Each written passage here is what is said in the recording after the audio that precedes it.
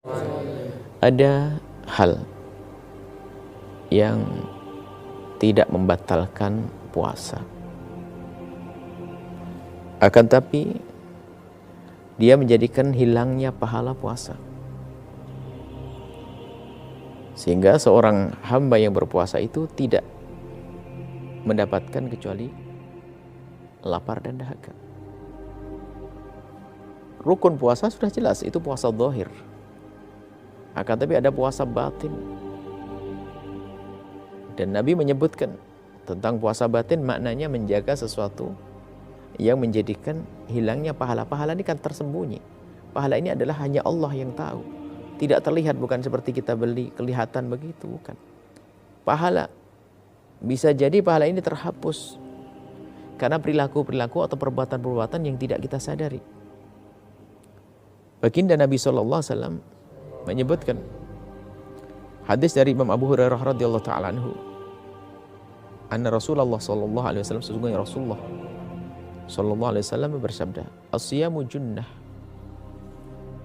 Hendaknya yang namanya puasa itu bisa menjadi benteng, bisa menjadi tameng agar kita tidak masuk dalam kesalahan, kemaksiatan, dosa dan neraka.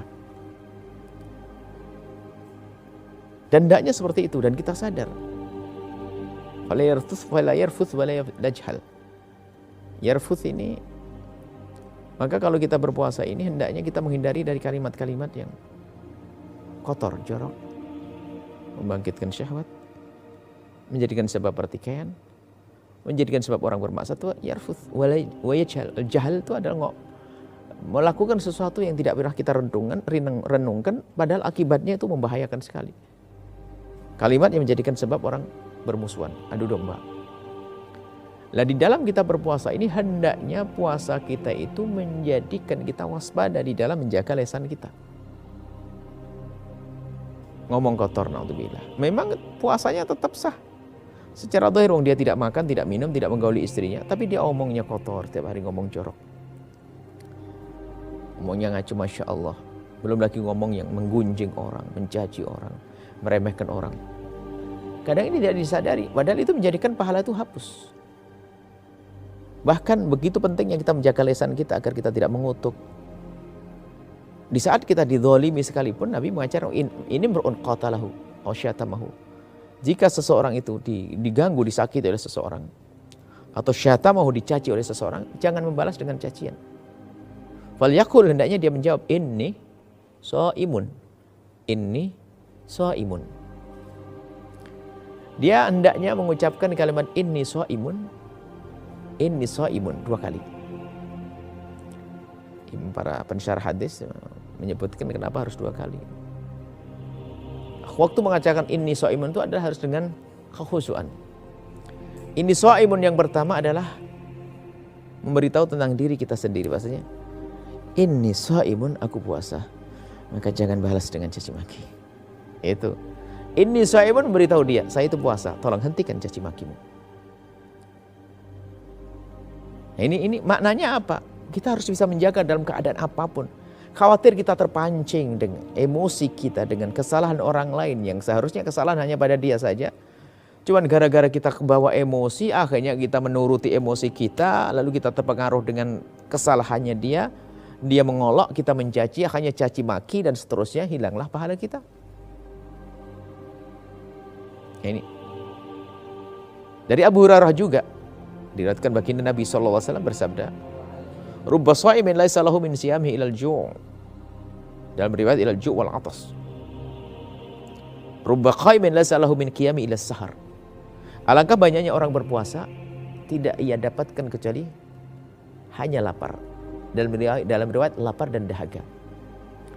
Dan alangkah banyaknya orang yang bangun di tengah malam yang ia dapat hanya capeknya begadang. Kenapa? Dia melakukan itu semua adalah dibarengi dengan kemaksiatan yang menghabiskan pahala. Jadi sebagian orang tidak sadar bahwasanya kadang melakukan kebaikan dibarengi dengan kemaksiatan. Harapannya adalah diterima kebaikannya. Tapi kemaksiatannya telah menghabiskan pahalanya. Dapat apa dia? Dapat dosa malahan. Maka dari itu dalam kita berpuasa hendaknya kita bisa menghindarkan hal-hal yang menjadikan Allah murka. Seperti tadi menggunjing, mencaci, mengolok. Lesan kita jaga. Tidak mudah emosi. Kita latih di bulan Ramadan sehingga nanti keluar dari bulan Ramadan kita juga tetap dalam keadaan normal, tidak gampang terpengaruh dengan berita apapun yang sampai ke telinga kita, sehingga kita tidak memberikan reaksi yang negatif terhadap itu semua. Di antaranya adalah berkata bohong yang menjerumuskan atau melakukan sesuatu tindak kebohongan.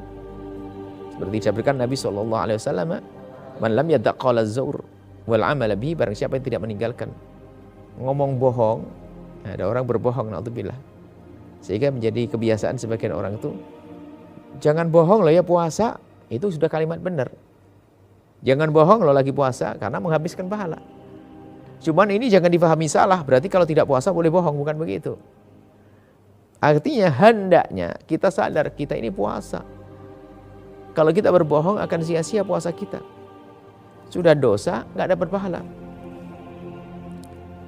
Falaysa lillahi hajah, maka nggak ada perlunya bagi Allah untuk menerimanya. Maksudnya Allah tidak akan terima. Fi ayyada'a ta'amahu wa syarabahu, dia meninggalkan makan minum nggak berguna, nggak Allah pandang. Kenapa? Karena dia adalah orang yang suka berbohong. Maka mari di bulan Ramadan ini kita jaga lisan kita agar tidak berucap yang bohong, tidak mengucapkan kalimat yang menjadikan seorang bermusuhan, menyakiti orang. Dan tapi harus kita sadar juga di zaman ini, zaman yang mengerikan, disabda ulama dulu mengatakan lesan itu ada dua, lesan yang berucap dan pena. Al-qalam ahadu lisanaini, dikatakan pena adalah salah satu dari dua lesan. Maka apa yang akan kita ketik di komentar-komentar waktu kita menyaksikan YouTube atau melihat Facebook dan seterusnya, apa yang kita tuliskan? Qaul itu ya di sini bisa, ini kan ahadu lisanain, ketikan ini adalah tangan ini adalah salah satu dari dua lesan. Maka mari kita semua kita jaga sebisa mungkin. Ingat kalau kita lagi puasa dan kita di bulan mulia, di bulan Ramadan, dan semoga Allah mudahkan kita untuk meninggalkan segala hal yang menjadikan sebab pahala ibadah kita terhapus dan menjadikan sebab murka Allah Subhanahu wa taala. Nuhibbukum fillahi. Kami mencintai Anda semua karena Allah.